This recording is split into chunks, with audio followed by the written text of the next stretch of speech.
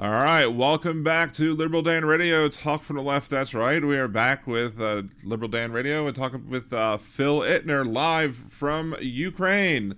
With a little bit of technical difficulties before, but I believe we have them all worked out, and hopefully everybody will come back in a few seconds. So again, thank you very much, Phil, for joining us today. Sure.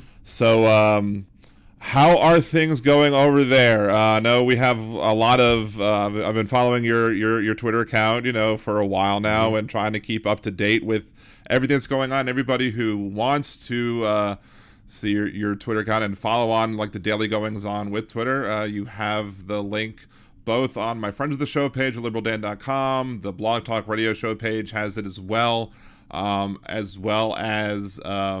the YouTube page. It's one of the first links on the show page as well. So you got all of those possibilities to be able to check you out live, all your tweets as well. So there's all of that.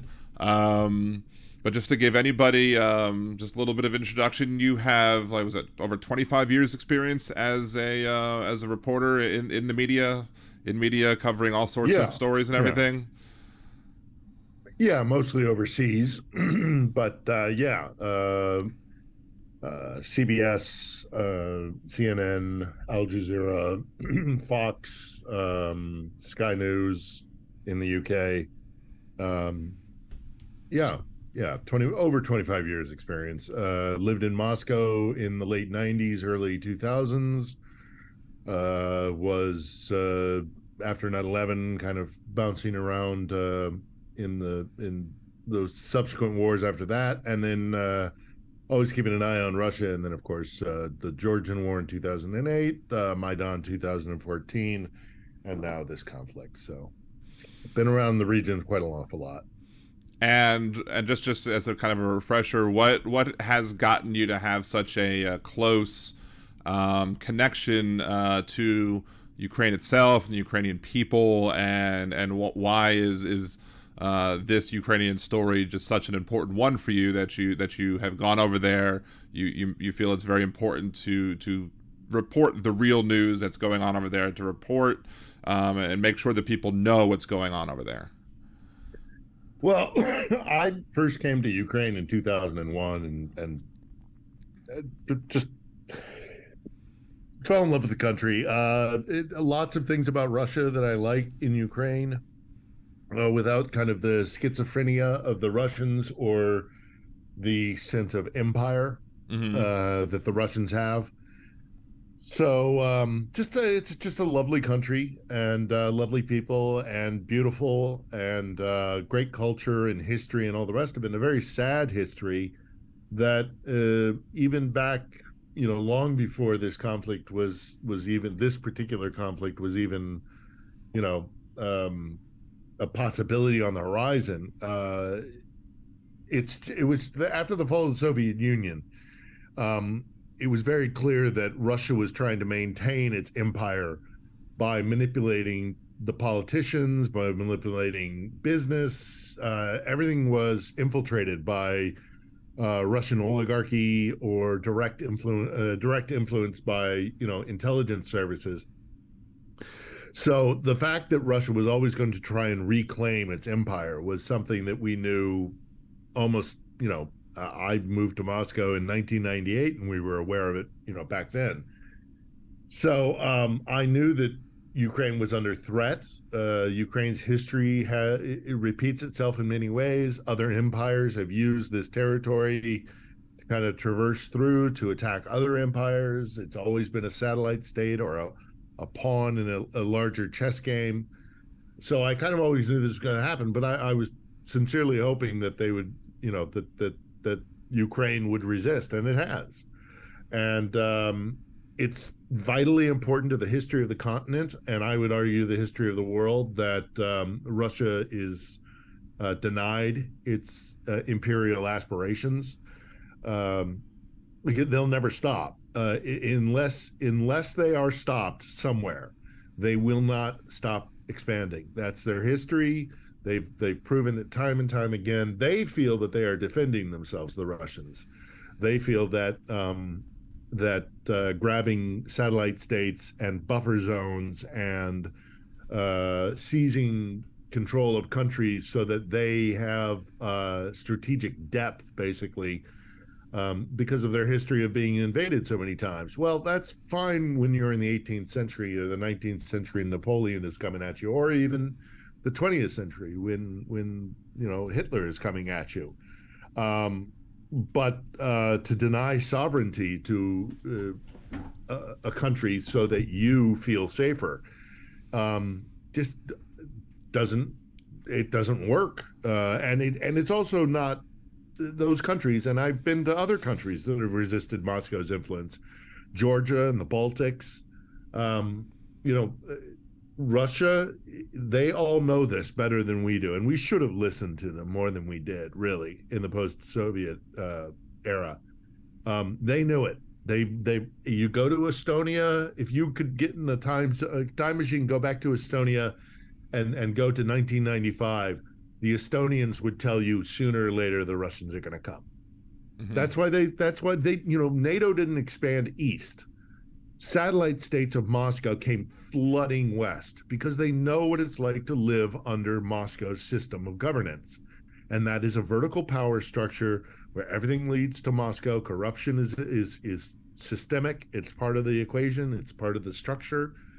And everything is taken and sent to the capital, and the outer areas are given peanuts in return, just to kind of satiate them. It's a very feudal system and always has been. So the farm we should have listened to Poland. We should have listened to the Baltics. We should have listened to everybody who's lived under Moscow's rule. This was almost an inevitability. It could have been avoided if we'd have been smarter, maybe, if we supported these independence movements with more vigor. But we didn't, and we didn't for a variety of reasons. And I can go into that if you'd like. But most, at the end of the day, it was fear of the bear. It was fear of Moscow, and so you didn't want to. I mean, it's a nuclear weapons enabled. The old saying is it's a gas station with nukes. Right. And you actually got to my point that I wanted to kind of make in my next point was that, mm-hmm. when the USSR broke up and, Ukrainian became its own, sovereign territory, it ended up having, a bunch of nuclear weapons on that it controlled.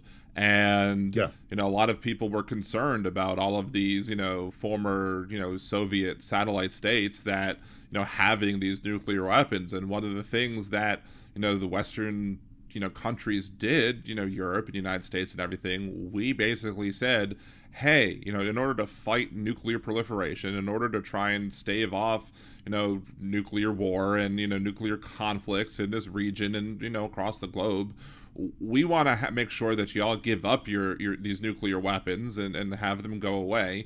And in order to do so, we will have sort of a guarantee that, we'll have your back if any sort of aggression comes your way. That's my understanding of it. And now we have people who want to go back on that deal. And why would anybody else then make a deal with us and do that sort of thing if we prove ourselves that we won't back up our word and we won't keep our word, that we will have their backs if because if Ukraine had nukes right now, it probably would be a whole different story. This war wouldn't even be happening, right, if Ukraine had nukes right now. Right. So and they know it, and the Ukrainians kind of resent us for that. There's a lot of things about, as much as there's cooperation going on between the West and Ukraine right now, the Ukraine has a long list of grievances that it's probably not going to ultimately, make do on. They're not going to call for it. But, we've been slow to react. We've been more afraid of Moscow than we should have been. We influence the Ukrainians and other former satellite states to give up their nuclear arsenal. Probably a good idea, actually, at the end of the day, for the globe. But for the Ukrainians right now, they know that Moscow wouldn't have been nearly as aggressive if they were still a nuclear power. But it's, look, again, this is something that we should have listened to those who lived under Moscow's thumb far more judiciously than we did, because and I lived in Moscow in the 90s, and I saw it too. Russia has Russian society, the way Russia is run, and this goes back centuries.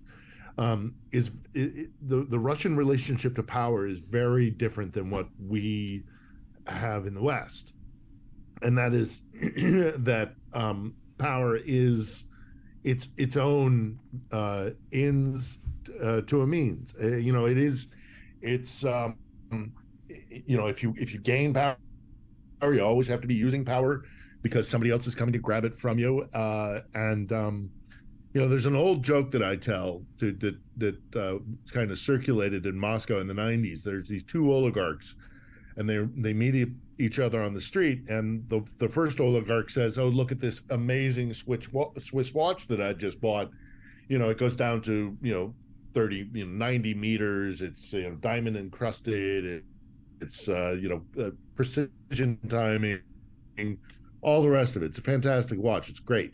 Second oligarch says, "Well, yeah, no, that's a great watch. How much did you pay for it?" And the first oligarch says, "This is $500,000. And the second oligarch says, "You idiot! There's a place around the corner that sells them for $750,000." If you get the point. And the point is, if you have power, always be maintaining it, always be using it, always be exhibiting it. That's how you get and keep and maintain power. There are those who would argue it's not that much different in the West, but it's still different. Right. Anyhow, the reason why I tell that story and the reason why I explain that is because these satellite states that live under Moscow's rule know what that's like, and they know that kind of autocracy and that system that the Russians have lived under for centuries, and they don't want it, and they've rejected it. So again, this argument that NATO expanded east is the wrong perspective. Nation states that were under the control of Moscow and know the character of Russian society and Russian relations with its near abroad and Russian aspirations for power, they knew that eventually Moscow would come for them, and so they ran into the arms of NATO. And so Russia just it's unless it is stopped, it will expand because it's always thinking that it has the right, by being an empire, to acquire the near abroad, regardless of what the populations in those countries or those territories care about them, because at the end of the day, might makes right. All right, and like a lot of the people who think that we should like be appeasing Putin and like, oh well, let's just negotiate a peace now, and with that peace like we'll like let him keep what he's taken now or whatever. Like, to me, my response to that is always, what if he decided that way back in the day the United States got too good of a deal for Alaska, and then they're like, all right, well we think that Alaska should still belong with Russia. And so we're going to go ahead and invade Alaska because it should be part of us too. And then, so what percentage of Alaska would we be okay with allowing Putin to keep if in the name of peace? My answer would be 0%. And I'm sure their answer would probably also be like 0% if anybody else did it. I don't know if about Putin did it, but like, the answer should be with Ukraine 0% as well. To me, the ideal would be Putin giving back everything that was taken plus reparations for the damage that has been done, because at this point it's just a bunch of war crimes on top of the illegal actions of just invading the country. I don't know if we'll see that, but yeah, there's a lot to that. Firstly, yeah, if you appease Putin, if you appease Russia, they'll just keep expanding and expanding until somebody stops them. Until there's now, do I think that, say, if the Russians were to somehow miraculously turn this war around and win it, that next there would be troops on the streets of Krakow or Warsaw or Prague. No, but what what would definitely be a possibility is an emboldened Russia then begins its process of corrupting and undermining democracies on its border so that it can manipulate them and can control them through its sheer power of its wealth, uh, such as it is. They still they may not be as rich as they claim, but they're not poor. Mhm. Or through continuing to engage in natural gas and fossil fuel extortion of nation states like Germany. I mean, they would exert undue influence within Europe itself, even if they didn't send troops. But this expansion westward, certainly into Ukraine, um, would give them renewed interest in controlling Europe, continuing to fracture Europe, continuing to. We know that they support far right elements. Le Pen in France, for example, Orban in Hungary. This is if you've studied the Russians, you can see their handiwork in so much of the disharmony in not only Europe but in the West in general. I mean, they attack us. Right. There's intelligence warfare activities going on as we speak. I am one who firmly believes that 2006 and 2016 and Trump were a result of Russian interference. I firmly believe it. I don't know at what level, and I don't know how influential, but that election was such a squeaker that you have to consider that. So look, the point is Russia has shown itself to be the disruptive, aggressive, um, um, force that it under Putin certainly, but generally is. They see the world in a very different way. They don't believe in liberal democracy. They don't believe in the idea of inalienable rights. The the rule of law is anathema to them. Putin, when he rose to power, said, "My regime, my presidency will be a dictatorship of law." I mean, that's a direct quote from 1999, 2000, when he was just about to take the seat away from Yeltsin and never give it up. He has to be stopped. He has to be stopped. The Russians have to be stopped. I'm not a. People have been saying that I'm a warmonger. I am not a warmonger. I hate war. I've covered war for 25 years, and if it was not for Ukraine, I would be semi-retired right now and doing. My joke is doing documentaries about the migration pattern of the monarch butterfly in the Pacific Coast Highway. I mean, I don't want to be here. It's very important that we keep eyes on, that we keep international support for the Ukrainians. So I'm here. And I also made promises on Maidan because we knew this was coming, and I have an affinity for the country. But at the end of the day, it's vitally important. And look, I hate war so much. But you can't let a bully take over disproportionately, power and control of Europe and America and whatever else, wherever with Central Asia. Maybe they go back into Central Asia and get into conflict with China. Who knows? But an expansionist Russia is a dangerous Russia. I believe that firmly. As unpleasant as that is. So, I've been hearing people say that, like, the Biden administration is not even attempting to go find peace in Ukraine. That was a direct quote from another podcast that I won't mention. But I was watching that, and they said, and Biden isn't doing anything to pursue peace. Well, he is doing something to pursue peace. The West is doing something to pursue peace, and that's peace through victory. there has to be a victorious Ukraine. Russia has to be denied its military aspirations, its violent, aggressive aspirations. Those have to be denied coldly and hardly and put down so that they don't come again. Join the 21st century. You know, it's not Napoleonic. It's not a game of Risk anymore, where you move your armies in and that's how you know we don't do empire like that anymore. Our and this is an argument for another day. I admit that there is you know corporate empire. There's economic empire that goes on, but we don't send. I mean, when we went into Iraq, the United States, Iraq or Afghanistan, not at no point was there the discussion of making either one of those places the 51st state. Right. And I kind of chuckle at that because it's so ridiculous, but it's the mindset is really important. And the idea that you know gaining territory through force of arms and changing borders by force of arms is something we have to try and move away from. It was the foundational idea of the United Nations, which I still think is a good idea, despite all its faults and problems. And again, discussion for another time. But Russia has to be stopped, and that's that.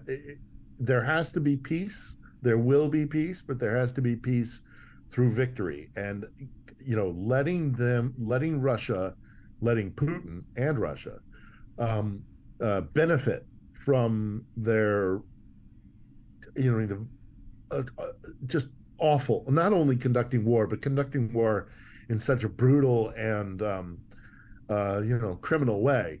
He can't benefit from it. Russia cannot benefit from it because if they do, it will happen again. Right. That's why I am so aggressive about saying we have to support the Ukrainians with weapons and denying Moscow its aspirations, because it will just happen again. I want this war to end, but this war has to end with Russia knowing that it can't repeat this. And you know, 3, 5, 10 years. And I tend to believe that, you know, because the last guy, you know, he put everything out there. Everything he did was made into a spectacle. Everything, you know, everybody he talked to, he wanted everybody to know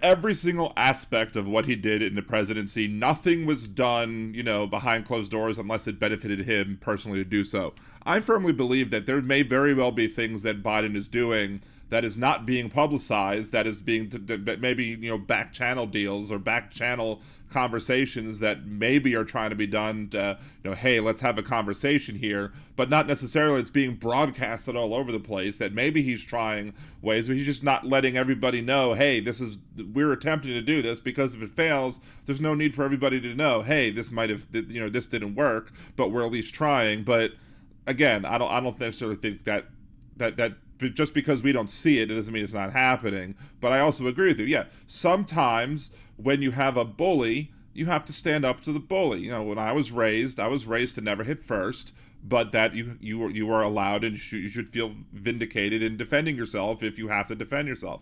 I've told my kids, you know, look, don't hit first. But if somebody's coming after you, you have the right to defend yourself. And that doesn't mean I'm teaching them to be violent. It means I'm teaching them that they have the right to stop violence with violence. It's like the whole paradox of intolerance, where you don't have to be tolerant of intolerance in order to not be a hypocrite. You don't have to just be peaceful the entire time, you know, when somebody's declaring war. In order to get peace, as you said, sometimes you have to fight back. And that's what the Ukrainians are doing. And that's right. And sometimes when you see somebody being a bully, you know, if you give the victim of that bully the means to defend himself, there's no shame in that. There is no, and I advocate for that. I think that, you know, look at Russia's performance in this war. Look at some of the things that I was on with Tom Hartman last night, and I got a little worked up, admittedly, because I'm really angry about the explosion at the Kakhovka dam and the flooding of southern Ukraine. And I asked myself, I mean, it's an awful thing. If anybody, you know, we've all been, those of us who follow the news, and I'm presuming that your audience it falls into that. You've seen the images. This is a ecological disaster of historic proportions, and Russia did it with disregard for all the knock-on effects that blowing that dam and flooding southern Ukraine would cause, and they just didn't care. Right. They went ahead and did it, and I said yes, but I searched my feelings about this kind of thing, and why am I so upset? Well, it's because this isn't isolated. Russia, since the invasion of this country, has engaged in rape squads, mass killings, mass graves, stealing children, kidnapping children, destroying civilian infrastructure for no other reason than to cause pain and suffering to the people of Ukraine, not the military, but the people of Ukraine. They've lied. They've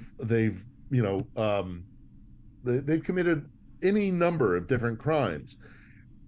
We have to come to a point where we have to look at this as a bully who is attacking his neighbor viciously and in conducting criminal acts. And I hate narrowing things down to like, well, if this was your neighborhood, Mm-hmm. or if this was your house, how would you behave? Because nation states are not individuals, and they're not neighborhoods; they're nation states. But let's, for a moment, say if you saw your next door neighbor go to another neighbor and start to rape his wife, beat him on his front yard, would you sit there and just watch, or would you help defend that neighbor who had done absolutely nothing to deserve this? Again, it's not a one-to-one comparison, but that's kind of what we're looking at here. Right. So, the Ukrainians are the victims here. They did not provoke Russia. They're cozying up to the EU, or their potential idea that they're eventually joining NATO. That's their decision as a sovereign state. And I know people make the argument that we promised not to expand east. Well, again, we didn't expand east. The east came running to us. But look, the point is this: for me, the flooding, the blowing of the Avdiivka dam, is the straw.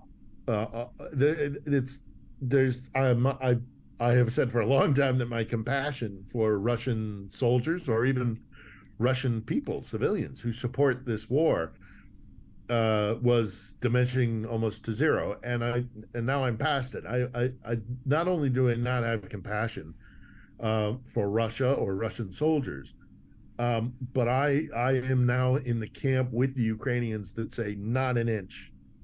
Every single inch of Ukrainian territory has to be brought back under control of Kiev, because if it isn't, Moscow will be emboldened.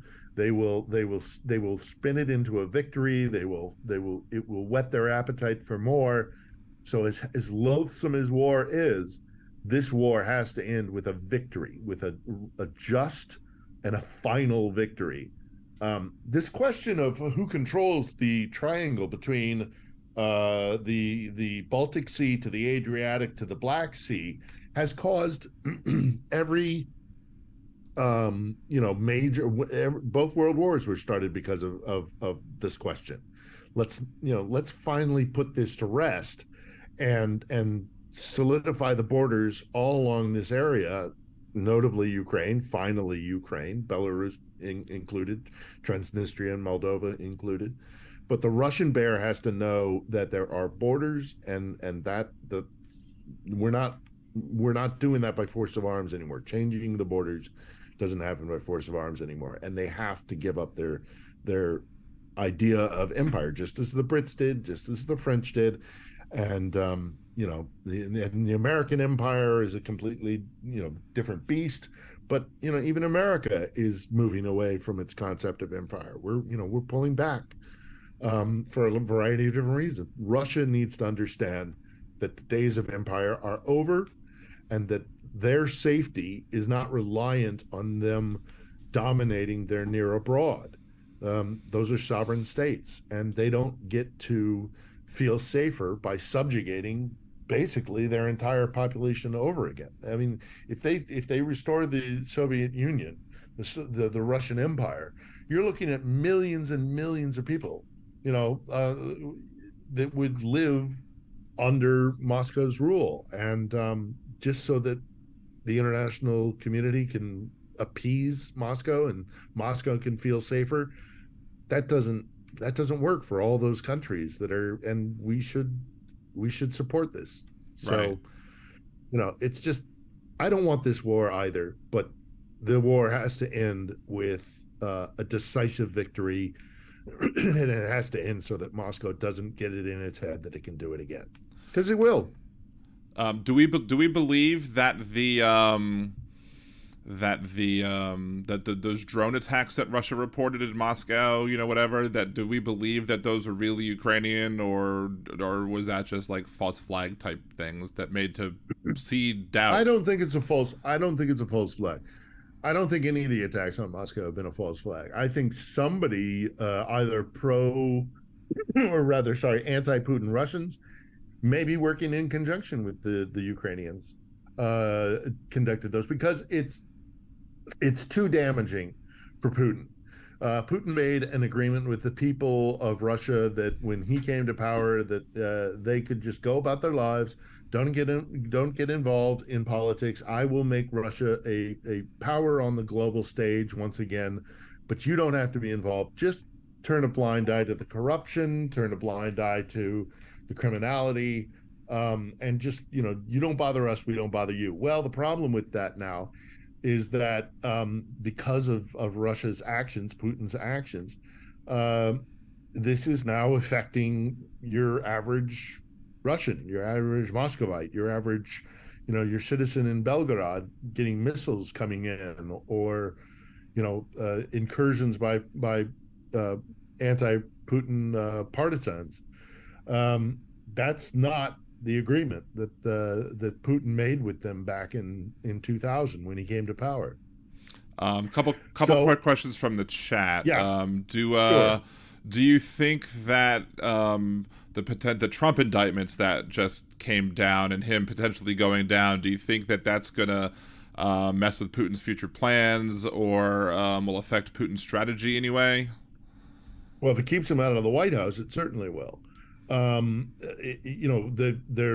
are those making the argument that Putin is waiting for Trump or or even a DeSantis or whomever to get a Republican into the White House, because they're more inclined towards appeasing Putin. In fact, they're in many ways fellow travelers. They're white Christian nationalists. Right. So are the Russians. And I don't I I don't know as they're drawing conclusions or making up plans based on an idea of Trump coming back in or not because of his criminality and Trump, the indictments. But I'm sure they're watching it very closely. I'm sure they're also trying to influence it. Sure. They're all, but no, I don't think the U.S. presidential elections are going to factor into the Ukrainian war, because I think the Ukrainians also know that, and they'll make judgment calls based on how the presidential election proceeds. But if it looks like a Republican is going to go back into the White House, yeah, I can believe that the Ukrainians would alter their battle plans significantly, because they'd have to work on that timeline. Right. Because, True. So it must actually affect Ukrainian timelines more than Russian. Tim wants to know if you would pull if after the Ukrainian war is over, if you would pull a Klinger and stay in Ukraine, or would you plan on coming back?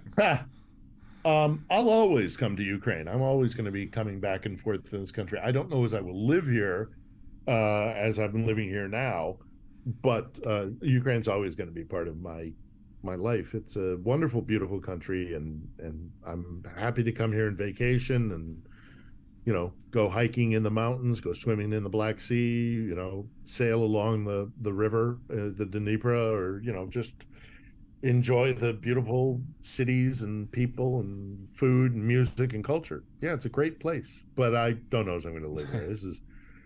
It has been a rough year plus, so we'll see. We'll see. But And I I'll know, always come back. and I know you have to have soon, and I have about under 4 minutes left in the Zoom meeting time left. So just real quickly, you had posted something on Twitter or retweeted something on Twitter about like the tactics that Putin and Russia use with the spreading of disinformation. It's not necessary, and could you quickly, like, it's not, you said it's not necessarily because they want to convince you to believe the lie, but it's to make you just disbelieve everything.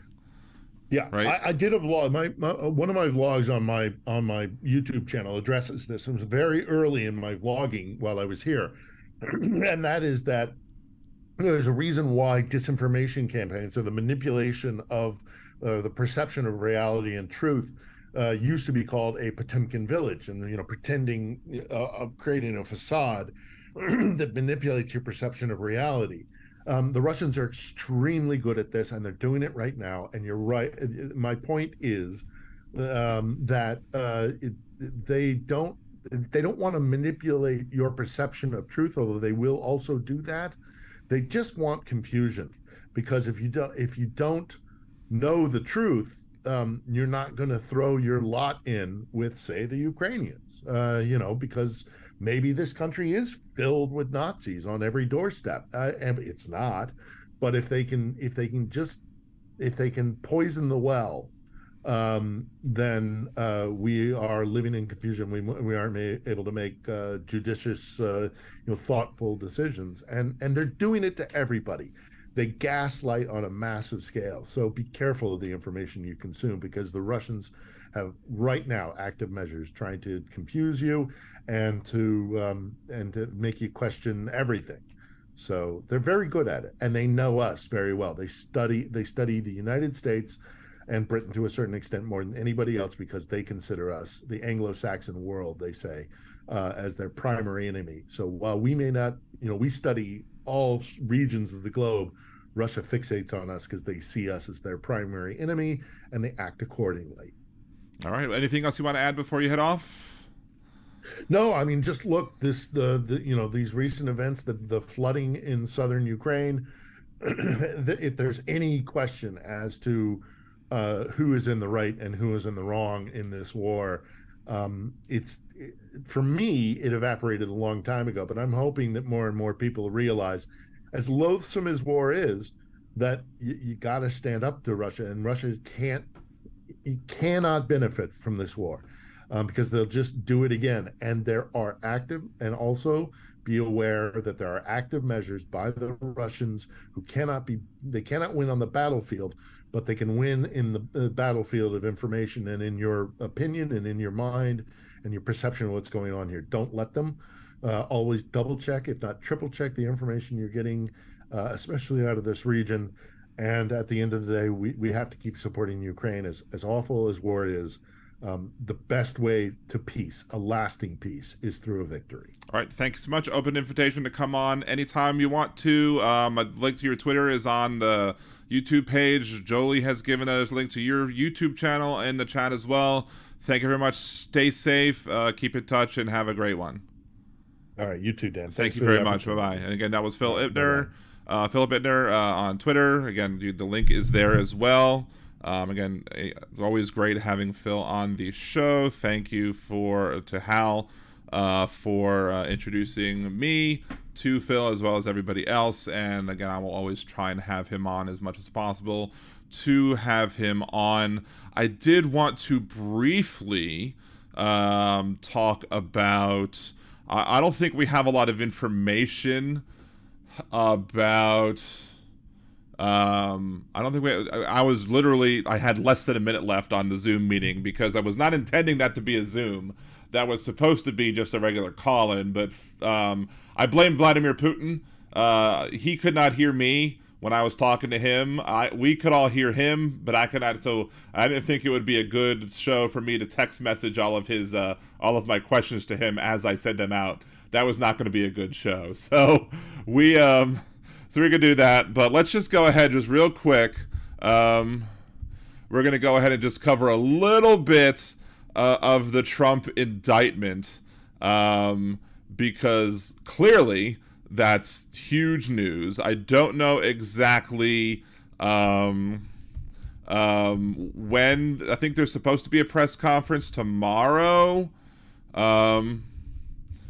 about Donald Trump being indicted by from both Garland and from whatchamacallit, but let's see. So according to Midas Touch, major breaking, Donald Trump has been indicted in this investigation into his theft and mishandling of classified documents. Trump announced the indictment on his Truth Social page, and the indictment has been confirmed by CNN. Trump says he's been summoned to the federal courthouse in Miami this Tuesday at 3 p.m. Eastern. So we will definitely, that'll be interesting. So it's maybe possible that on Tuesday I'll have to do a special show. We'll see. Midas is covering the indictment live earlier. A lot of people are saying Trump indicted about time, and here's my opinion about that. Here's my opinion about, I was one of those where I was like, hey, what's the problem? Why is it taking so long too? For a little bit, I was like, now it's about time. But still, dot every I, cross every T, make sure that everything is correct. Because the problem with rushing to judgment, and there was a local case here where the Supreme Court of Louisiana has ruled that there was a woman, Linda Frickey, who was carjacked, and she got caught up as they were driving away, and she ended up getting run over and killed. And these 4 teens are the ones who were accused of doing it. And there's all sorts of questions about their ability to stand trial, if they're mentally capable of standing trial, what have you, whether or not they should be tried as adults, all sorts of. And so the Supreme Court came down and ruled that they needed to be charged. The trial had to take place this year. Something about closure for the families of the victims, and I'm like, well, that shouldn't make any sense. That shouldn't play any part in what's going on. My argument about that was, don't rush the system of justice. Make sure that, again, every I is dotted and T is crossed, and make sure that we have video evidence of what took place. There should be no reason why you shouldn't be able to get convictions of everyone involved in this heinous crime and this brutal murder of this old woman who was just trying to go about her day. And, there should be no reason why we shouldn't be able to put Donald Trump in prison for the rest of his life, and or however else you punish treason. Should be no reason for that, except for the fact that, if you rush it and you didn't do everything to the letter of the law. So that's what we need to make sure that the Justice Department does. Dot every I, cross every T, make sure that everything is spot on, make sure that everything is right. And then at the end of the day, guess what?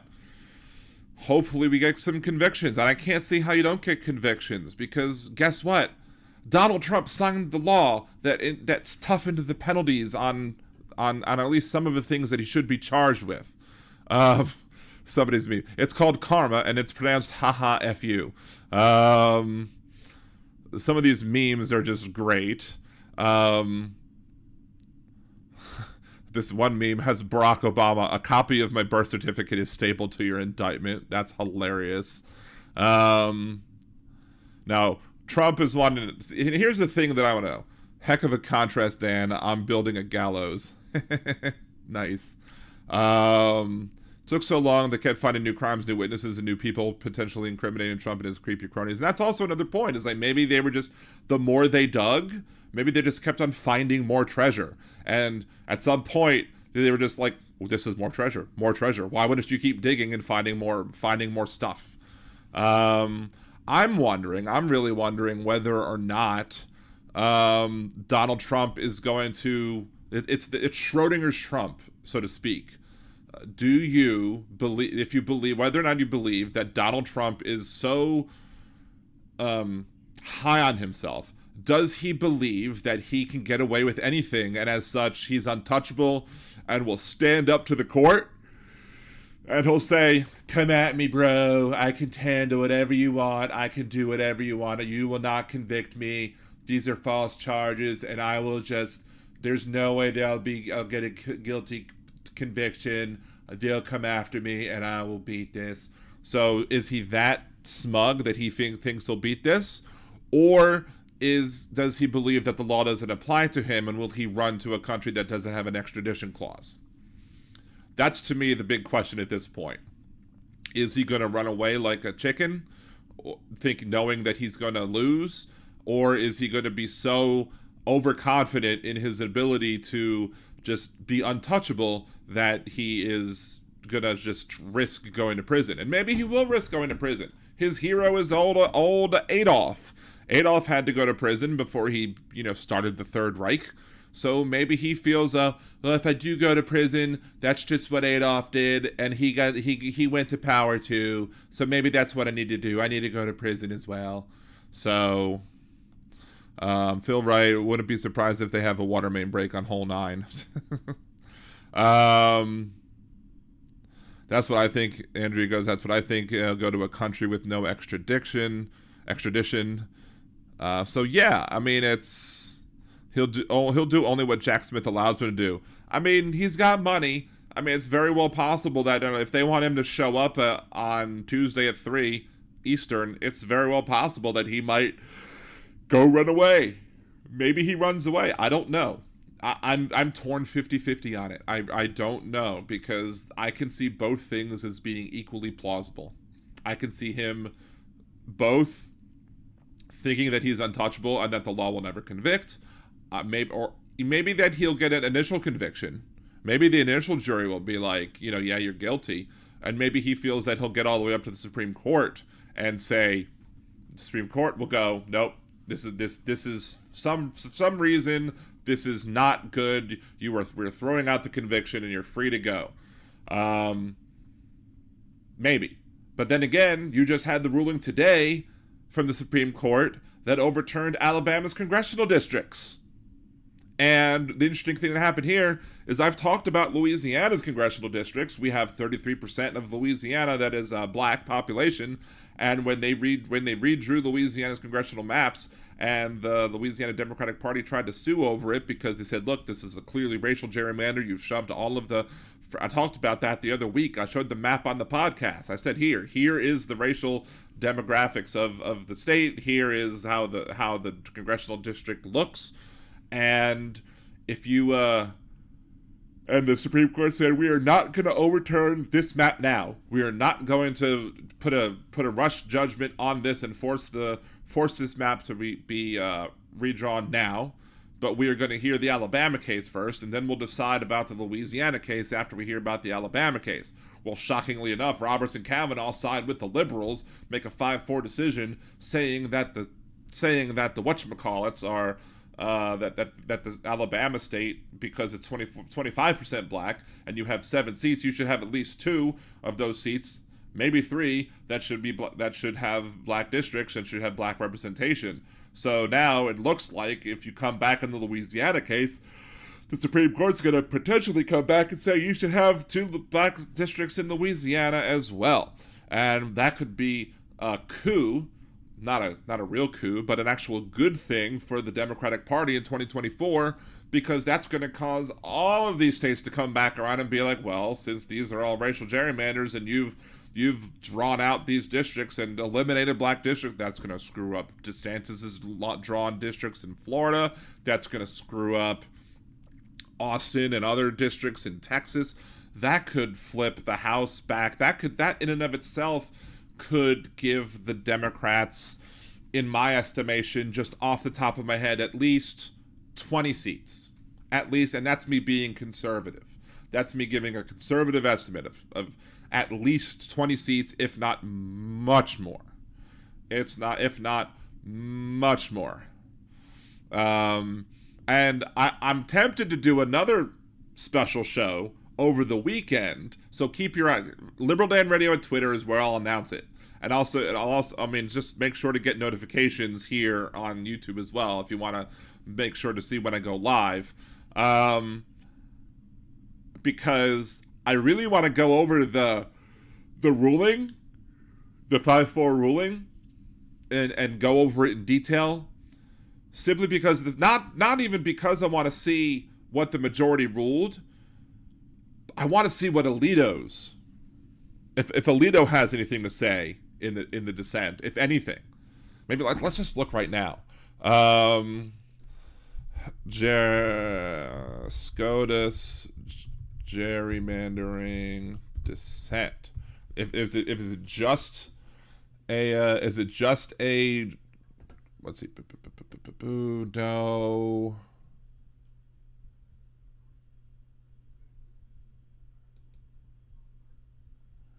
Clarence Thomas leads dissent as SCOTUS rejects Alabama racial gerrymandering, protects black voters. Let's see.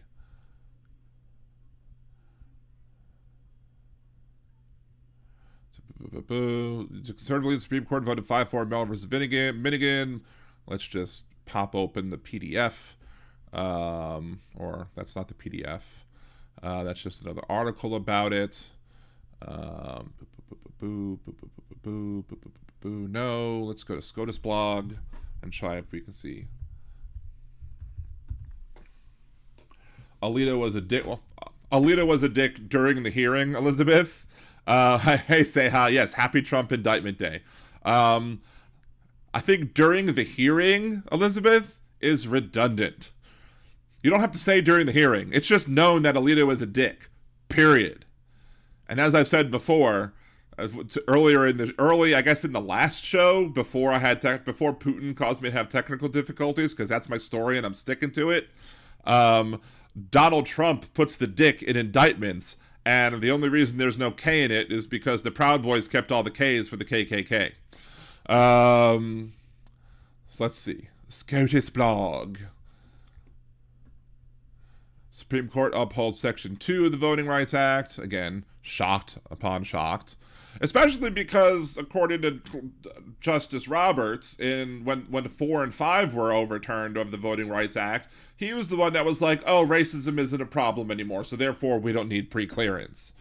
And I was just like, and in one of my videos, I was like, well, we have a levee system in New Orleans, so we don't flood. And since we haven't flooded in 30 years from the river, or more, or however long it hasn't flooded, we don't need the levees anymore, because it hasn't flooded.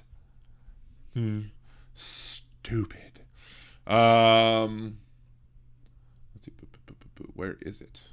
Where is the links in the story? Allen versus Minigan. Come on. There we go. SCOTUS blog. Supreme Court is poised. Blah, blah, blah, blah. Opinion. There we go. There we go. I found the link.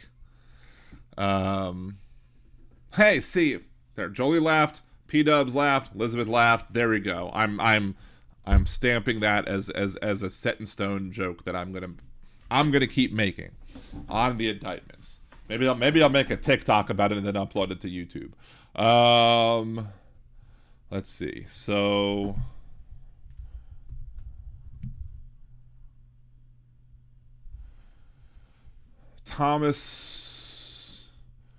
Alito filed a dissenting opinion. Okay, there is a dissenting opinion from Alito. There's also a dissenting opinion from Thomas. So that in and of itself should make for great reading and bashing, because to hear to read what Thomas wrote in defense of racial gerrymandering is just going to be a big ol' oof, just like how Thomas believed that Loving versus Virginia wasn't founded in proper law. Oof. But then to see what Alito dissents, and how his wording is, what his horrible legal argument is going to be, that ought to be a hoot as well. Gerrymandering runs along the levee. That's actually more true than you know, Elizabeth, because the racial gerrymandering in Louisiana does go way up the Mississippi River along that levee, because that's how you draw the district that goes from New Orleans to Baton Rouge, is it goes way up the Mississippi River. That's how it works. Phil Stone, my dad told me that we have equal opportunity because of the EEOC, therefore we should get rid of the EEOC. I don't get it. How can you reach that conclusion? It doesn't make any sense. I don't get it whatsoever. It doesn't make sense. Why? Like it's like we don't need unions because unions did their thing. No, we unions did their job in creating workplace safety. Unions did their job in creating the 40-hour work week. Unions did their job to have all these, so unions need to be around to protect those things now that you have them. Like we we did we did all this stuff to build a house, now we don't need to maintain it. Like, come on. It's ridiculous. Uncle Tom, Dick, and Gorsuch. Freaking SCOTUS, Bluer Hill, and packed the TF out the... Yeah, absolutely. And maybe if we could get those gerrymanders undone, may do a parody. I should do a parody of the Sweater song. If you want to destroy those districts, and then do something about the Supreme Court ruling. Just bang my gavel, or just bang that gavel, instead of watch me unravel. Just bang that gavel. They'll soon be ruling, or something. I don't know. I haven't gotten there yet. It just came to my head, and maybe I'll have to do something. Clarence Thomas said the state should have the right to use dirty tricks in order to prevent certain people from being represented in the republic. Wow. Like, it's almost like he's a parody. Like, it's almost like Trey Parker and Matt Stone wrote him and created him into life, like, as a cartoon, and then, like, moved him into, like, the real universe. And then sent him back in time to then be nominated by Republicans and put into the Supreme Court. Like, what? How can you possibly be that? I mean, like, is he afraid that that if he doesn't say the right things that he's going to lose his wife? I don't understand. Yeah, now they want 12-year-olds in meat packing plants again. You want me to do Ordinary World? I think when I was... Shockingly enough, here's one thing that's funny, because now we're just going to go to the random discussions of things. And anybody listening on Blog Talk Radio, I think you've just, you don't hear anything anymore, because I don't even think you can hear anything from, I just stopped the Blog Talk Radio show. You didn't even hear the goodbye on it anymore. So there's no Blog Talk Radio. That's just done. Anywho, so usually when it comes to like singing karaoke and stuff like that, my wife is not my is usually my harshest critic. Like I said, it's like she'll be like meh. Like I sang a Goo Goo Dolls song on the cruise that we're last on, and I was shocked when she actually said that was pretty good. And I was like, what? She knows I do a good job with Wonderful World. She knows I do a good job. She knows I do a good job with something from the Beatles, like the song Something, not just anything from the Beatles. Yeah, P-dubs. They also want to marry 12-year-olds. Yes, because it's the Republicans that fight those darn rules too. That fight the changes to the laws that will make it so that you can't marry unless you're 18. Because that's a violation of my religious liberty. If I want to marry a 12-year-old, I should be able to do so. But yet it's the drag queens and the trans people that are, going after the kids. Anywho. But back to the Ordinary World. Like, Cassie was playing the video that she took of Hungry Like the Wolf. And it caught me singing. Like, I could hear myself singing the harmony for Hungry Like the Wolf, and I'm hungry like the wolf. And I was belting it out. And I was listening, and I was like, I didn't do that too bad. And she was like, you could probably do some Duran Duran at karaoke. And I was like, well, spank my ass and call me Sally. You gave me some additional praise on my karaoke singing. Holy crap, that's amazing. So, I do need to. Maybe I'll see if I can upload some of it. I don't want to just get. I don't want to. Maybe to Nerdy Dan. I don't know if I upload it to YouTube. I risk copyright strikes, and I don't necessarily want to do that. But I do have some of the video. My voice was a little bit sore, so I wasn't able to. Usually the usual song that I go to at karaoke is Rio. And I was having some problems singing along with Rio during the encore because it was the last song that they done, and I already was singing some of the songs. And yeah, I was my voice was I was getting a little hoarse by the end of the night. I'm actually kind of surprised I'm having no problem with the show tonight because of the amount of singing I was doing last night. So yeah, but whether or not, like I won't cry for yesterday. There's an ordinary world somehow I have to find. And if I try to make my way to the ordinary world. Anyway, that's Ordinary World, me singing it. There you go. Think of it what you will. So as long as you... Yes, they dedicated it to Ukraine. I mean, I shared that part. I shared that video on my Liberal Dan Radio stuff. That was amazing that they did that. I was very impressed that they did that as well. Let's see. Seha, what were you saying about racism does exist? Yeah, Seha, it was Justice Roberts that was making the argument that racism isn't the problem that it is today, or racism isn't the problem today that it was before. So we don't need the pre-clearance rules that existed in the Voting Rights Act because we're not seeing the racist actions by the state governments.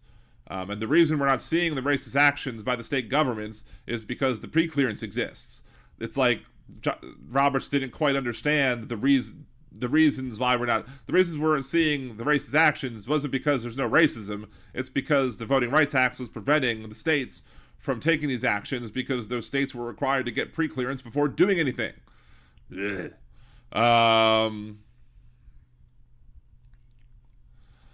So let's see. Yeah, I was very happy that they did that. So one is never too married to still impress your spouse, right? Yes. So, hey, I'm still trying to understand. Egg off to this. As long as you sing the tonic on the one, nobody notices when you sing the harmony parts if they are more suited to your range. I don't know what that means.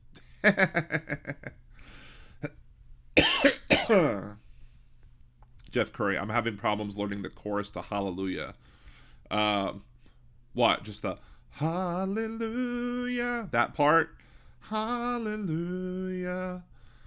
Hallelujah.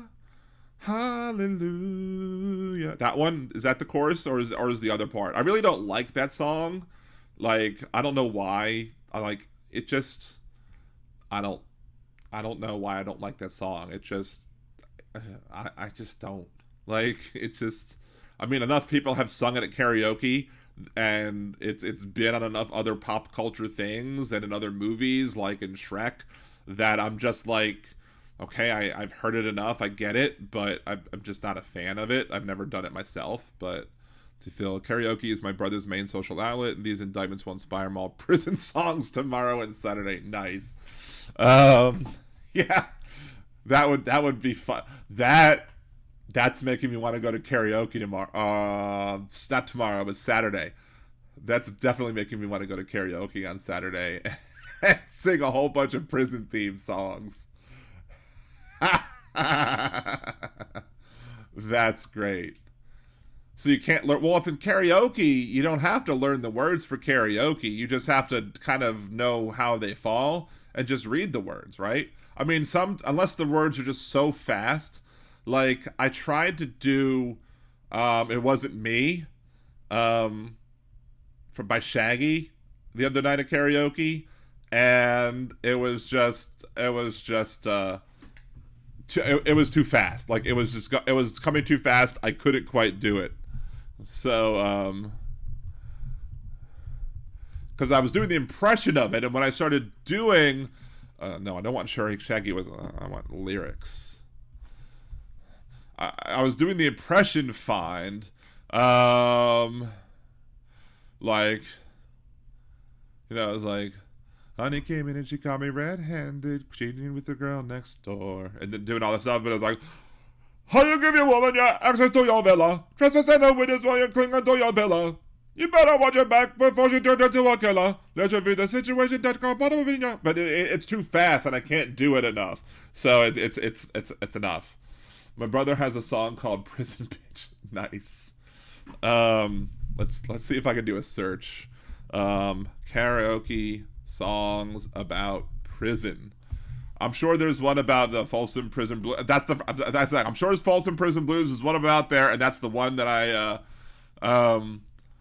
that's the first one that came up was Folsom Prison Blues, and of course, went to a party in a county jail. Got Jailhouse Rock. 20 classic songs about prison and spending time in the hoose cow. You could always sing, I fought the law and the law won. I fought the law and the law won. Or you got John Cougar. I fought authority, authority always wins. That's too high. I started too high. Yeah, I fought authority, authority always wins. Gotta go to the falsetto.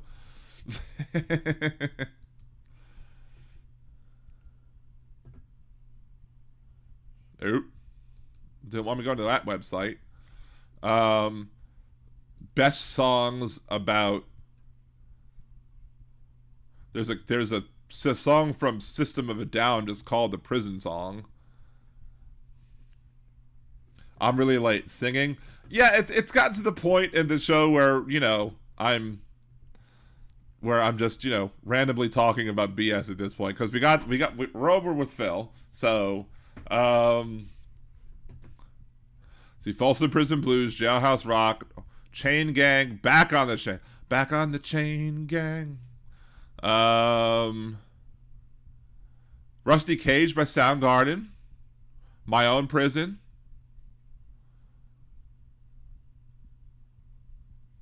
F the Police.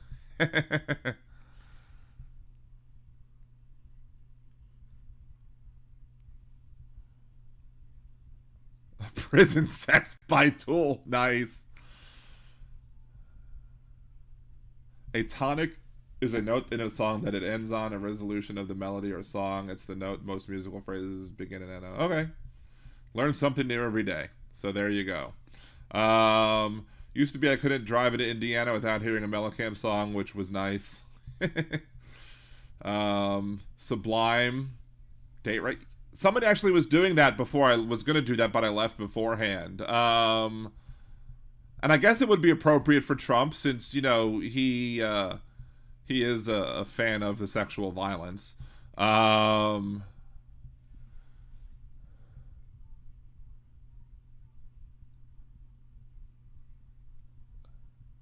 see. Dead Jail or Rock and Roll. I don't know what else. I don't know if I have enough. I don't know if I have enough songs about. If I know enough songs. If I know enough of these songs. Let's do bad boys, what you gonna do? What you gonna do when they come for you? Bad boys, what you gonna do? What you gonna do when they come for you?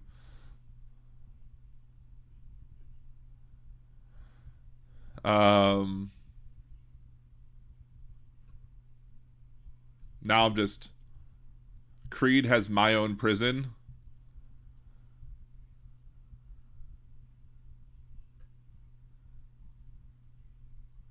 I don't know if I know Prison Song from System of a Down. I might, but it just doesn't sound familiar at the time. Let's see, System of a Down, Prison Song. Let's see. I don't think I do.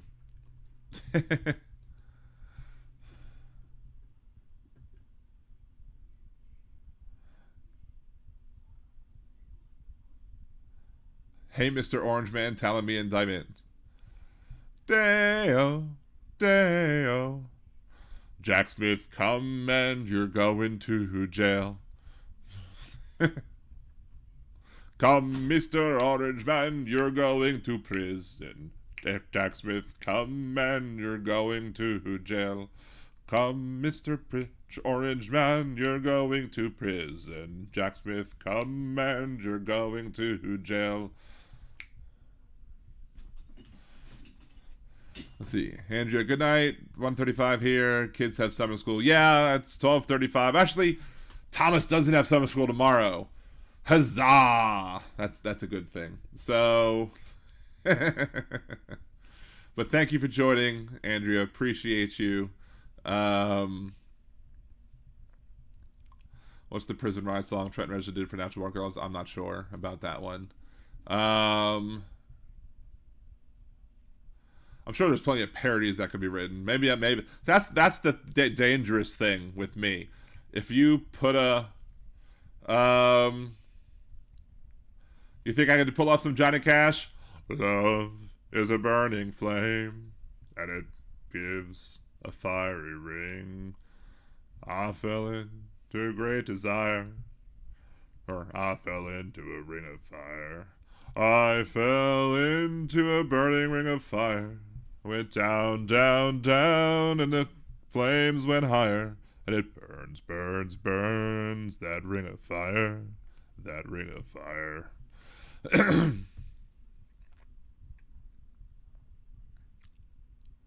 Anyway, so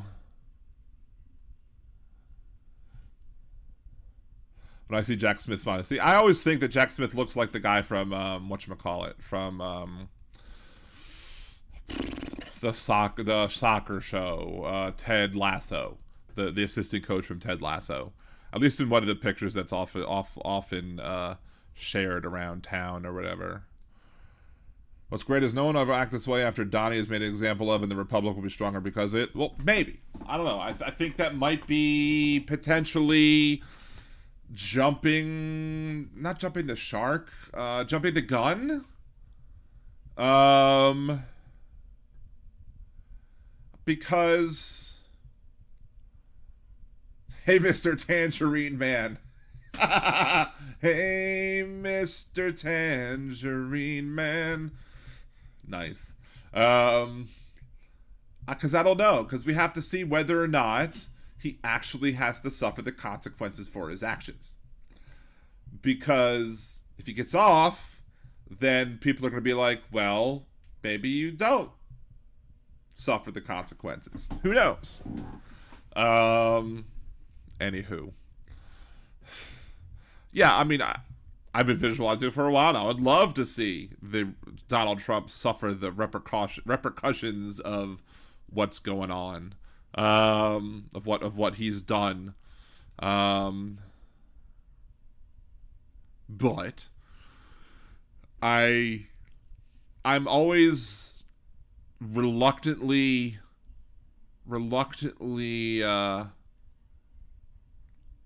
I don't know if it's reluctantly optimistic or reluctant or just hesitant to be optimistic about whether or not the wheels of justice are going to allow a rich white Republican to be punished for his improper actions. I don't know. Maybe he will be punished for his improper actions. I don't know, but I don't know. It's hard for me to say.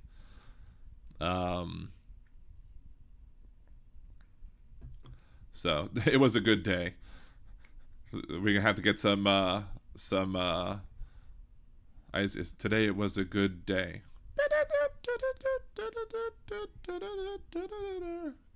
There's a lot of people to whom Trump appeals, and a lot of people like DeSantis who will copy him to try and get the support. And there's always the idea like DeSantis was like, hey, if I become president, I'll pardon him. And there's nothing preventing, as far as I'm understanding, Donald Trump could probably be in prison and run. I don't think there's anything that keeps him off the ballot if he's in jail, if he's in prison, if he's sitting in jail waiting trial, if he's in prison getting convicted. I don't think there's anything that keeps him off the ballot. If he wants to, if people want to put him on the ballot, his lawyer could go into prison, have him sign the paperwork. He could go get the paperwork done, and boom, there he goes. There's nothing that could be done. The voters will be able to vote for him. And if the voters vote for him in the primary, he could be on the ballot. Now, it'd be interesting because he won't be able to do it in debates. But, I don't know. It'll be a first. Have a president elected from prison. That would be a major embarrassment. But you have at least a third of the country who I think would vote for Donald Trump if he was sitting in prison. I don't know if state laws would affect that. I think the Supreme Court could rule and say no, state law cannot prohibit a president from being on the ballot. I don't think a state law could prohibit a federal candidate from or a presidential candidate at least, because the rules on who could be president are pretty specific and laid out in the Constitution. And because the rules for who could be president are laid out in the federal Constitution, they can't be contradicted in the state constitutions. So I don't even think they could be contradicted in the federal laws. So, blinded by the light, locked up like a douche, he's probably useless in the night. Yeah. If you get whatever under the Espionage Act, you cannot run for office for president. I don't know. I used to be under the assumption that if you were a felon, you couldn't run for president, and that's not true. The only way that they could have prevented Donald Trump from running for office is if they would have gotten a successful conviction on the impeachment, and then in that impeachment conviction said you are prohibited from now on from running for a future office. State laws could apply to state primaries. I don't know. I don't know if state laws can affect federal primaries. Let's see. Can state laws keep presidential candidates from running? State laws requiring presidential ballot access for... Let's see. This document provides a summary of laws in each state relevant to placement of a candidate for president on the general election ballot and the requirements for a presidential candidate to run as a writing candidate. This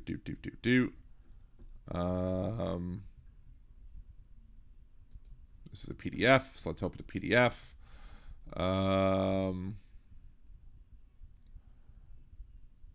Presidential candidate nominated by a political party may be placed on a general election ballot. That's a general election ballot.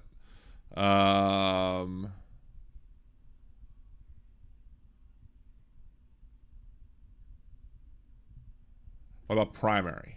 I'm talking about primaries. It's not general election. I'm talking about state prohibit primary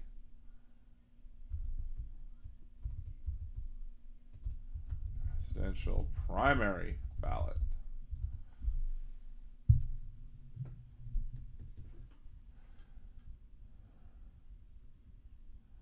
Ballot access requirements for presidential candidates in order to get on the ballot for Louisiana, a candidate for president of the United States must be a variety of state-specific. An individual can seek the nomination of a political party. Presidential nominees are selected by delegates at national naming conventions. Individual states conduct caucuses or primary elections, which was it? Nah. Espionage Act is 10 years to define. Yeah.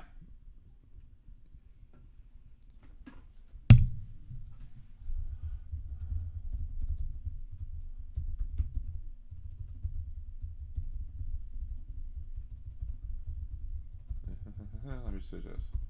Run for president.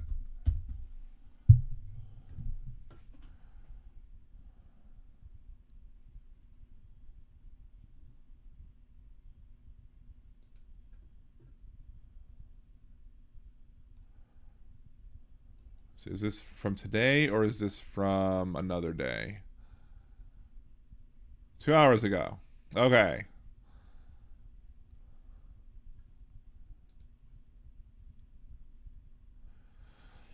Let's see. His arrest in New York. From a legal standpoint, experts believe that the indictment or even a possible conviction does not present president an impediment to his bid to become president again. Under U.S. law, nothing prevents an individual from running for office if facing criminal charges. It could certainly be a problem for him politically if he's indicted, and certainly if he's convicted.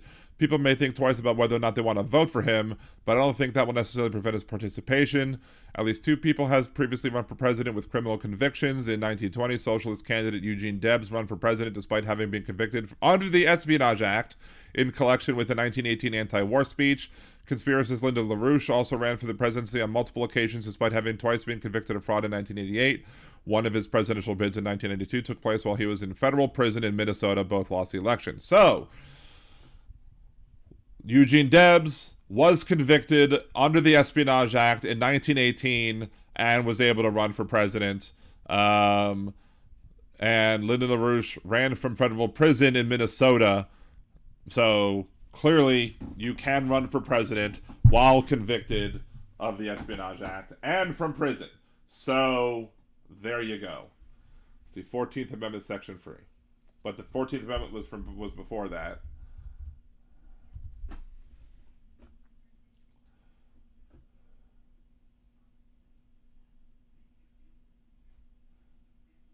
That's not the right 14th Amendment text.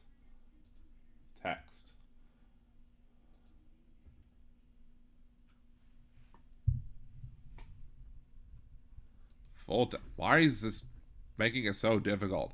No person shall be a senator or representative in Congress or an elector of president and vice president or hold any office, civil or military, under the United States, under any state, who, having previously taken oath, or a member of Congress, or as an officer of the United States, or as a member of any state legislature, or executive or judicial officer of any state to support the Constitution of the United States, shall have engaged in insurrection or rebellion against the same, or given aid or comfort to enemies of, but Congress may, by a vote of 2/3 of each house, remove such a disability. Okay, so this is pertaining to,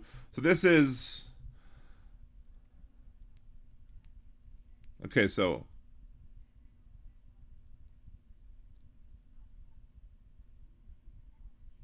shall have engaged in insurrection or rebellion against the same, or given aid and comfort to the enemies of the United States. So this is the Espionage Act. So this is being a senator or representative in Congress or an elector of president and vice president or hold any office. So this doesn't necessarily cover the president, I don't think, nor this is talking about people who have been engaged in insurrection or rebellion. So it would have to be determined that Donald Trump engaged in insurrection or rebellion, which these charges don't apply to that. These charges are just Espionage Act, other acts of, dealing with sensitive, confidential, classified material, etc. So, see, Andrea sent me this link. She said Trump is responding to the indictment. All right, so let's pull this out and we're going to see. Let's read it like Trump, I guess. Oh God, wait. Here is the. Decline. Well, I don't have to speak about it. Here it is. Very sadly, we're a nation in decline, and yet they go after a popular president, a president that got more votes than any sitting president in the history of our country, by far. Who still lost because Joe Biden got more votes than you. Than the first, and they go after him. And Joe Biden still got more votes than you.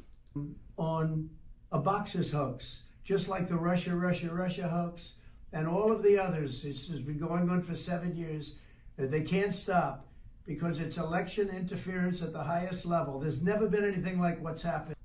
Yeah, P-Dubs, he engaged in a rebellion and gave comfort. I mean, yes, but you have to prove that, I guess. But this case particularly doesn't prove that. Also, the other thing is that I don't think that the 14th Amendment covers presidency. It says electors of president and vice president. Electors of president and vice president is the people who are choosing the electoral college, i.e. the people who are picking the president and vice president, not the president and vice president themselves.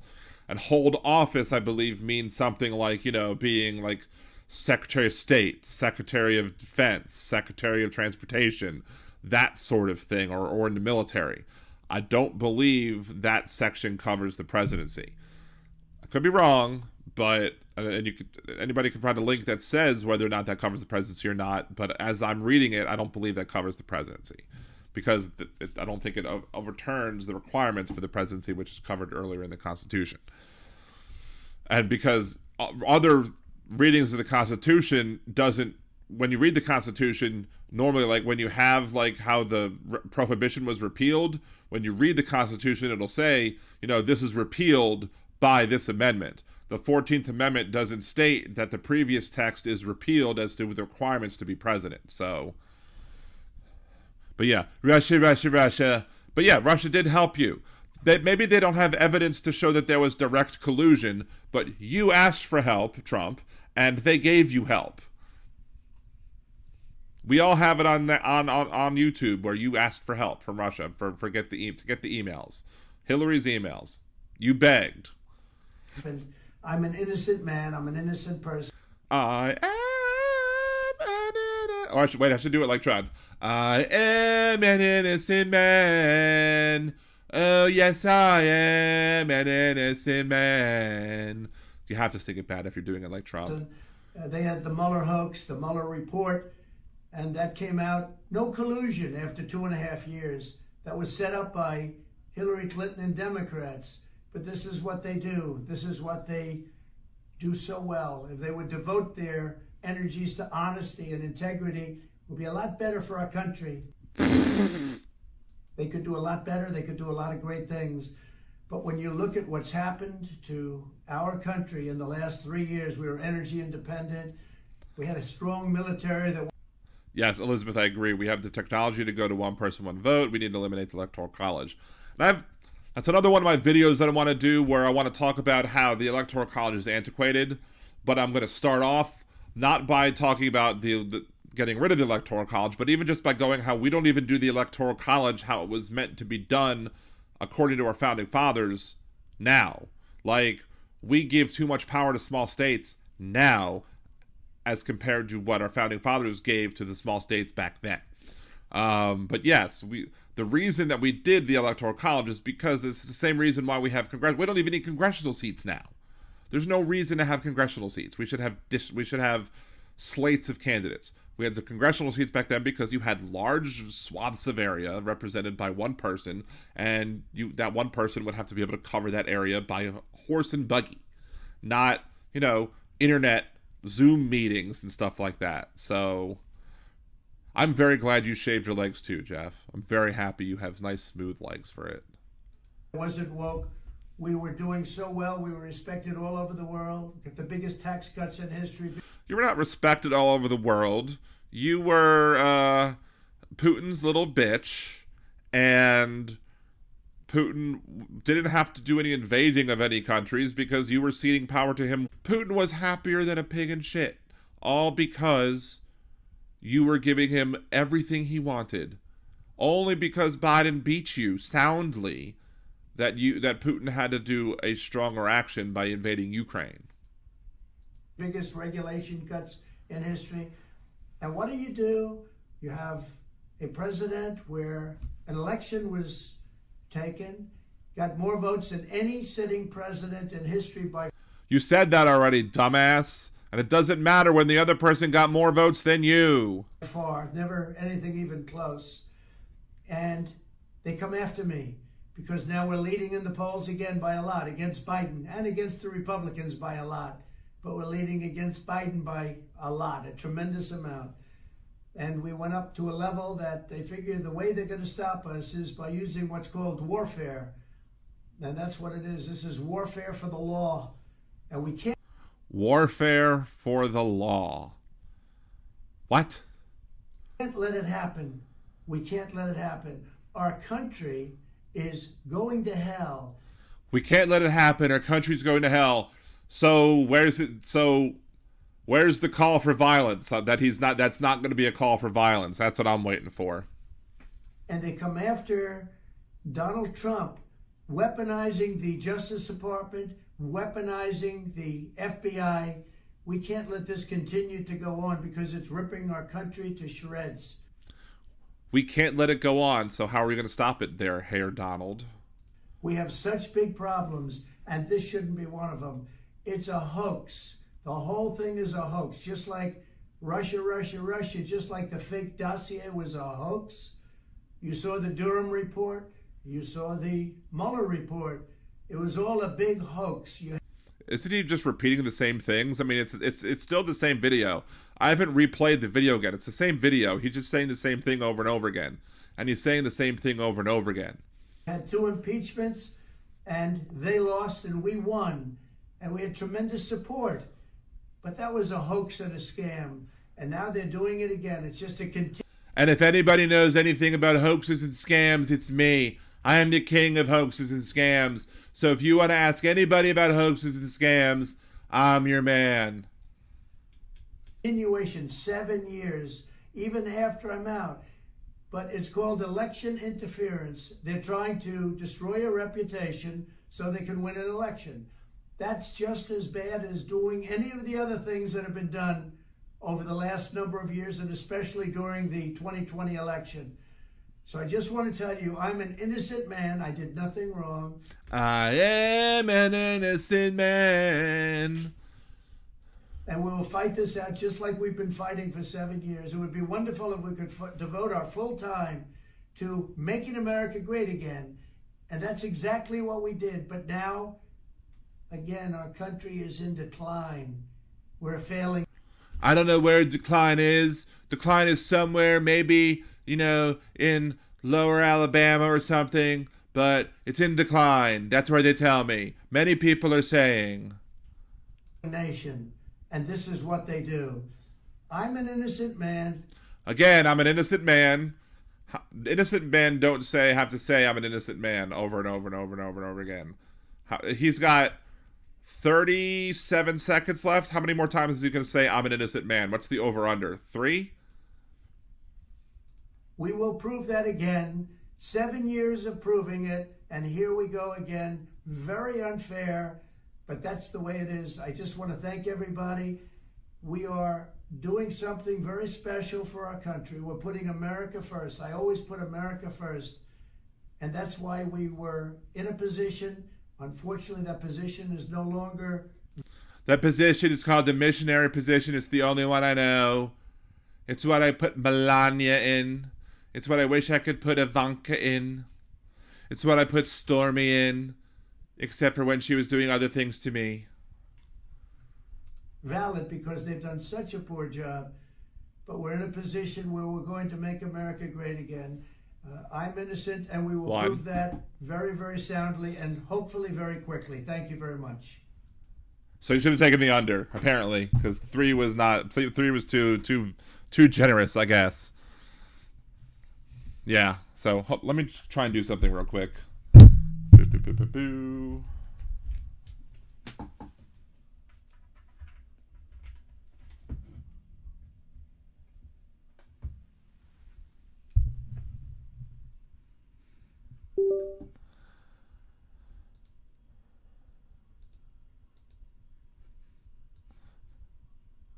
Just want to see you can hear me.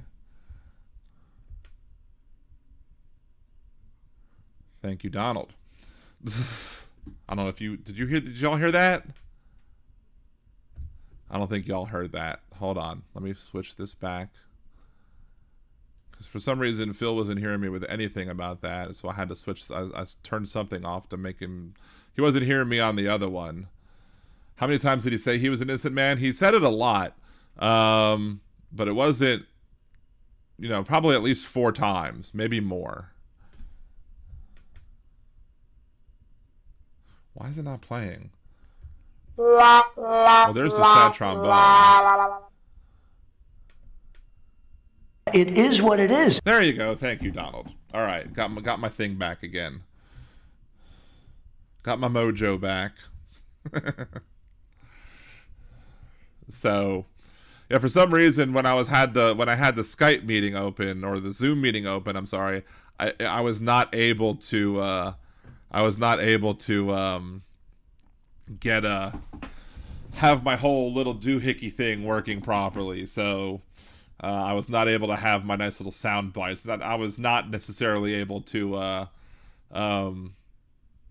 So I wasn't able to play. Not that I was intending on playing any goofy sound bits while talking about Ukraine, but what was hilarious was when I was doing my live stream on Twitch, Aaron hadn't come in yet, and Aaron's sound that I kind of have played for Aaron that I say is the DJ air horn. If you have on headphones, I apologize. So 3, 2, 1. There you go. I warned you. But I played that randomly, and as soon as I played it and mentioned Aaron's name, Aaron popped into the chat and she started laughing. I'm like, it's Aaron's siren song, apparently. Hang off Twitter. If he repeats it enough, his cult will just repeat it, but the court prevents bullshittery. No, I mean, yeah, he's gonna repeat. It's just like he's following just as Philip Ittner said earlier on in the show, just like as he repeated on Twitter, just as he has the video about on his vlog on YouTube.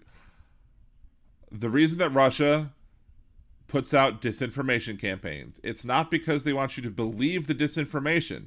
It's because they want you to disbelieve the truth. They want you to doubt everything. So it doesn't matter to Donald Trump, if you believe that everything was that the election was a hoax. All that matters is that you disbelieve that it was valid. Like, all that matters, it doesn't matter that you believe him, it's that you disbelieve Biden. It doesn't matter if you believe him, it's that you disbelieve the media. It's enough poison pills out there, just disbelieve everybody so you have no faith in the system whatsoever. So, see, Elizabeth, I haven't seen anyone who could resist the impulse to do an impression. I think it's because there's no concept to Donald's conjecture. Yeah, and it's funny because I used to be annoyed because I could never do a good impression of Donald Trump. And then I listened to everybody's impressions of Donald Trump, and I was like, you know what? I shouldn't be upset with myself because nobody does a good impression of Donald Trump.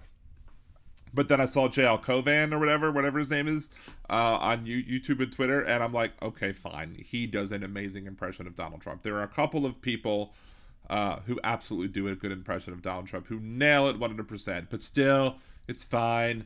I'll do my impressions of Trump, and I'll just talk like this and sound like a buffoon and make some buffoonery and whatever, and talk about the love that I have for my Ivanka, and how I think about Ivanka when I'm with Melania.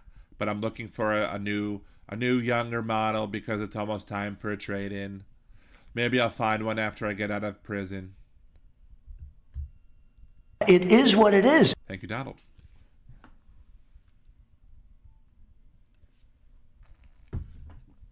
Right, it never has to prove it.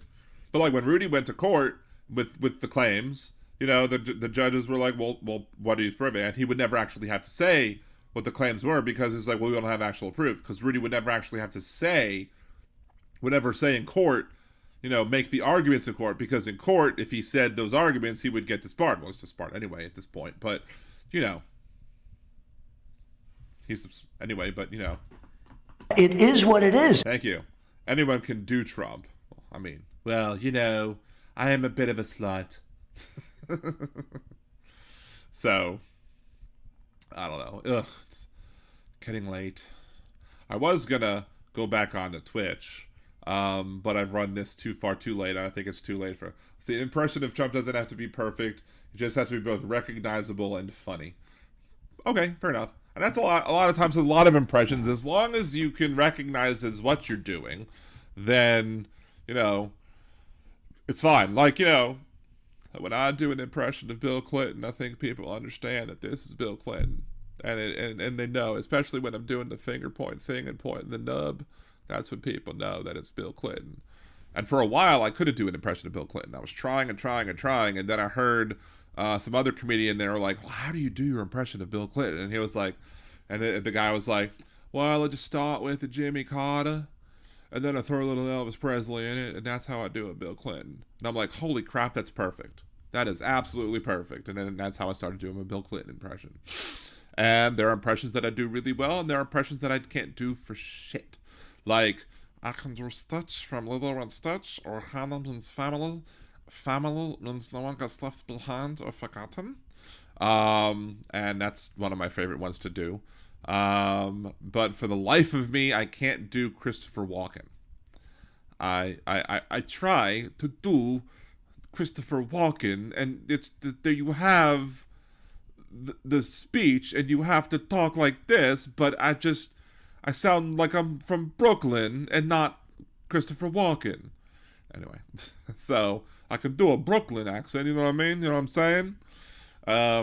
But, you know, I could do some other, like, I could do several Irish accents or whatever. A lot of it's more generic accents that I can do. But there are other ones that I'm trying to teach myself how to do. See, when I'm kidding, I'm listening to a lot of David Fry records. Cool. One of the things, I'm so pissed. I don't know if many of y'all have heard of Matt Rife before. He's a comedian that I just really started listening to a little bit more recently. There's a hilarious 10-minute video that he has. It's up on YouTube if you don't like TikTok. It's up on YouTube, and if you look up like Matt Rife and Milk and Cookies or something, and he has this whole like interaction with this woman. It's edited down, so you don't actually have to watch the whole interaction. They just edit down to the funny parts. But it's just hilarious. Just this whole interaction that he has with this woman and her family and eventually her daughter. And like, it's hysterical. And I was like, when is he coming to New Orleans next? And I looked up, and he had been here like a year or two ago, but I didn't know him back then. So my wife found, hey, Matt Rife is coming to New Orleans. Tickets go on sale Friday. And I'm like, awesome. And then I look at the dates. And I'm like, not so awesome. Because I got another cruise deal, and we're going on a cruise next Mardi Gras, so we can avoid Mardi Gras. We're going to go on a cruise. We got a cheap deal again. And we'll be sailing up the Mississippi River on the day before the day that he's going to be here. So the one comedian I wanted to go see, I'm going to miss by a day. So mad. But he's so popular now that he sold out like immediately. They added a second show, and it sold out immediately as well. So just absolutely ridiculous how fast he sold out. How fast the show. And now I'm thinking that it's probably a bunch of ticket resellers. So who knows?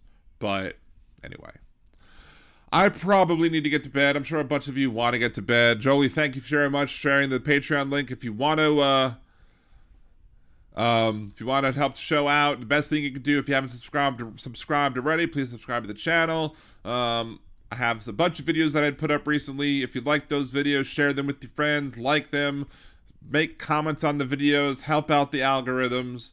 Because Al Gore created the internet, because all code is based on an algorithm. Thank you. I'm here all week. Tip your waitress. Upcoming shows. I do like Trey Crowder as well. Trey Crowder is nice. For Twitch, I might, if I can wake myself up in the morning, I might go on for a few hours on Twitch tomorrow in the morning before I start work. I'm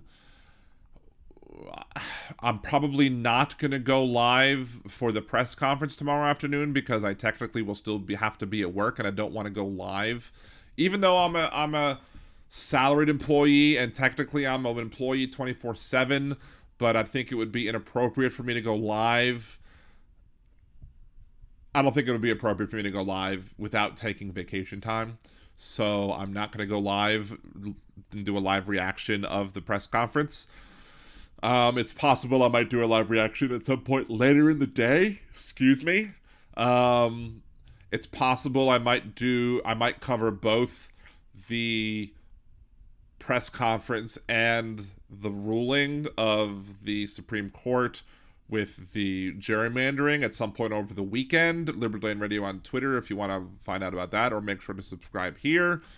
To Tuesday, it may be up in the air as to what I decide to do. Remember, if I make it to 1,000 subscribers, if for some reason I make it to 1,000 subscribers over the course of the weekend, guess what?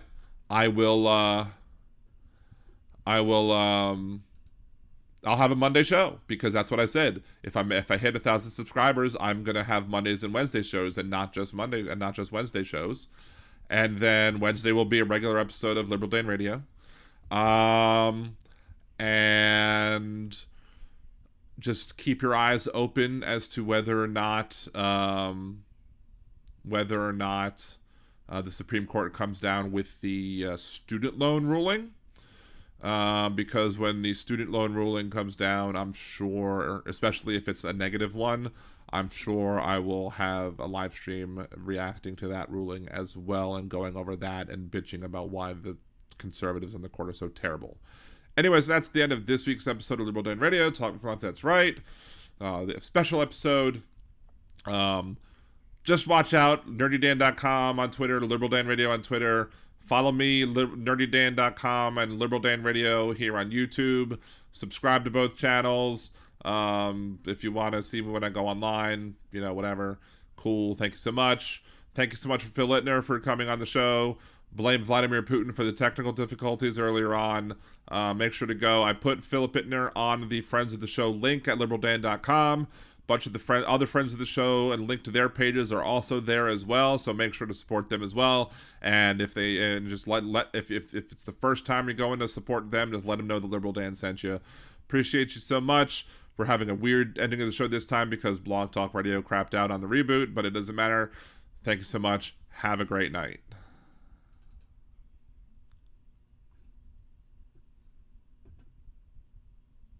Let's go play.